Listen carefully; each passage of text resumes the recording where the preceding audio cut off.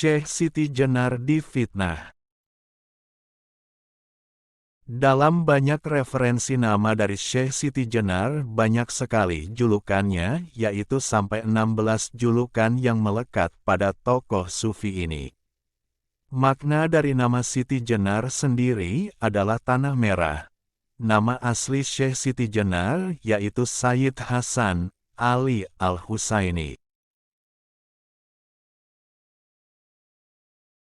yang nantinya pada saat dewasa bernama Sayyid Abdul Jalil. Beliau juga dikenal sebagai Sunan Jepara, Syekh Lemah Abang, Syekh Siti Brit, Hasan Ali, dan Siti Jenar.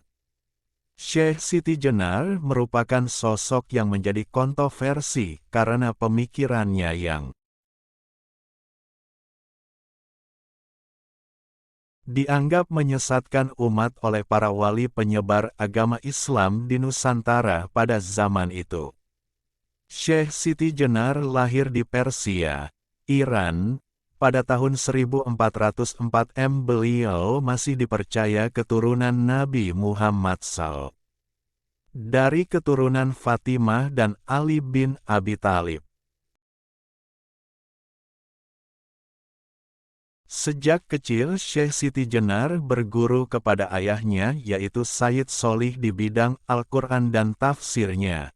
Pada usia 12 tahun ia sudah hafal Al-Quran dan pada usia 17 tahun dia bersama ayahnya berdagang dan berdakwah di Malaka. Kemudian ayahnya diangkat sebagai mufti oleh Kesultanan Malaka di bawah pimpinan Sultan Muhammad Iskandar Shah. Pada akhir tahun 1425 Sayyid Solih bersama anak dan istrinya pindah ke Cirebon dan bertemu dengan sepupunya yaitu Sayyid Kahfi bin Sayyid Ahmad.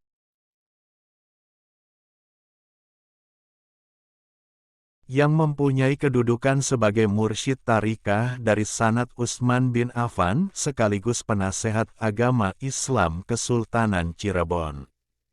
Sayyid Kahfi mengajarkan ilmu makrifatullah kepada Syekh Siti Jenar yang usianya pada saat itu sekitar 20 tahun.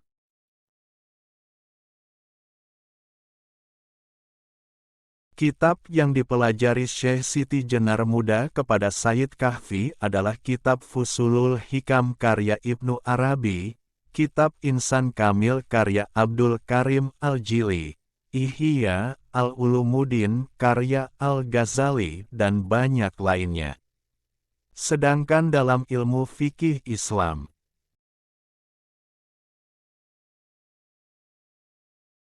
Syekh Siti Jenar belajar kepada Sunan Ampel selama 8 tahun dan belajar Usuluddin kepada Sunan Gunung Jati selama 2 tahun. Setelah wafatnya guru Syekh Siti Jenar yaitu Sayyid Kahfi, Syekh Siti Jenar menggantikannya sebagai mursyid tarikah.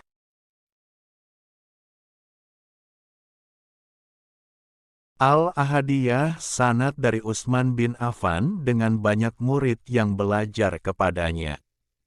Kesalahan sejarah yang menjadi fitnah bagi Syekh Siti Jenar adalah, pertama, menganggap bahwa Syekh Siti Jenar berasal dari cacing. Sejarah ini tentu sangat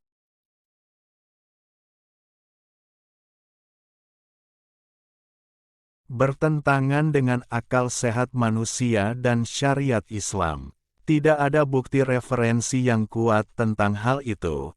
Dalam sebuah naskah klasik yang berbunyi, Wonden kacarios yen lemah bang punika asal saking cacing, punika det, sajatosipun inggih.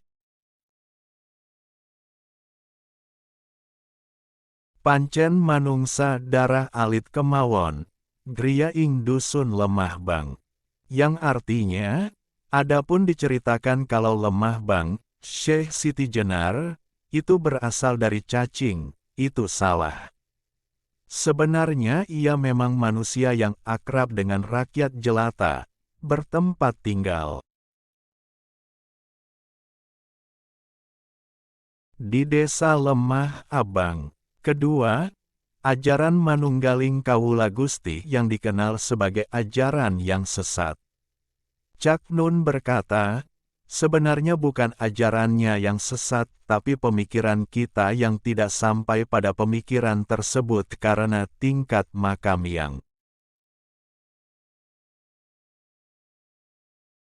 berbeda. Dari hal inilah para wali songo tidak setuju kepada Syekh Siti Jenar karena mengajarkan ilmu makrifat yang tidak bisa dikonsumsi oleh sembarangan orang karena bisa menimbulkan salah tafsir terhadap ajaran tersebut sehingga bisa merusak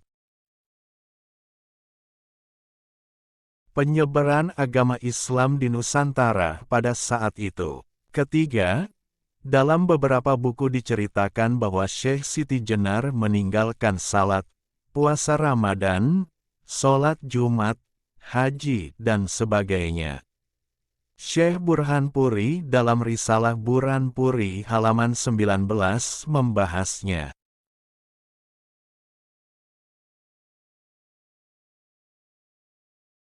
Teman-teman tolong subscribe dan nyalakan lonceng channel Momo Ayo Belajar ini supaya dapat informasi menarik lainnya. Terima kasih. Ia berkata, saya berguru kepada Syekh Siti Jenar selama 9 tahun dan saya melihat dengan mata kepala saya sendiri bahwa dia adalah pengamal syariat Islam sejati. Bahkan salat sunnah yang dilakukannya lebih banyak dari manusia biasa.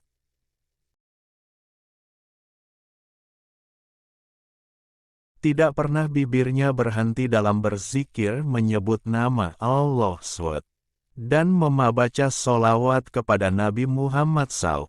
Tidak pernah putus puasa Daud, puasa Senin Kamis, dan meninggalkan salat Jumat.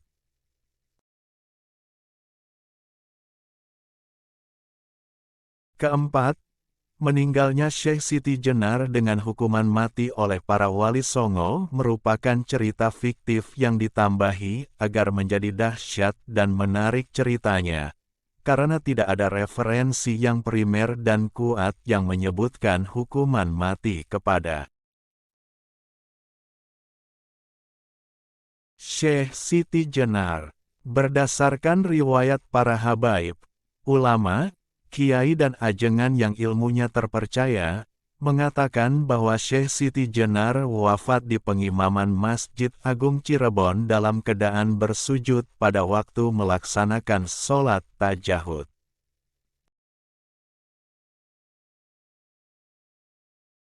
Dan para santri baru mengetahuinya saat akan melaksanakan salat subuh. Tidaklah mungkin 9 wali Allah yang suci dari keturunan Nabi Muhammad akan membunuh wali Allah dari keturunan yang sama, tidak bisa diterima oleh akal sehat.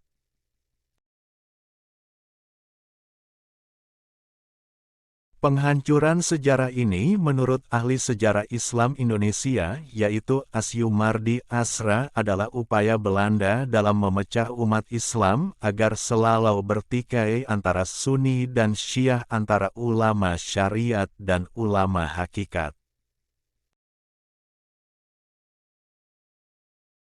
Bahkan penjajah Belanda telah mengklasifikasikan hal ini dalam politik divide et impera, yaitu politik pecah belah dengan 3 kelas, yaitu kelas santri yang diidentikan dengan 9 wali, kelas kiai yang diidentikan dengan Raden Fatah dan Kesultanan Demak, dan kelas abangan yang diidentikan dengan Syekh Siti Jenar. Maka dari itu kita harus berhati-hati dalam memahami sejarah secara penuh, bukan hanya secara setengah-setengah sehingga tidak akan menimbulkan perpecahan antara umat Islam.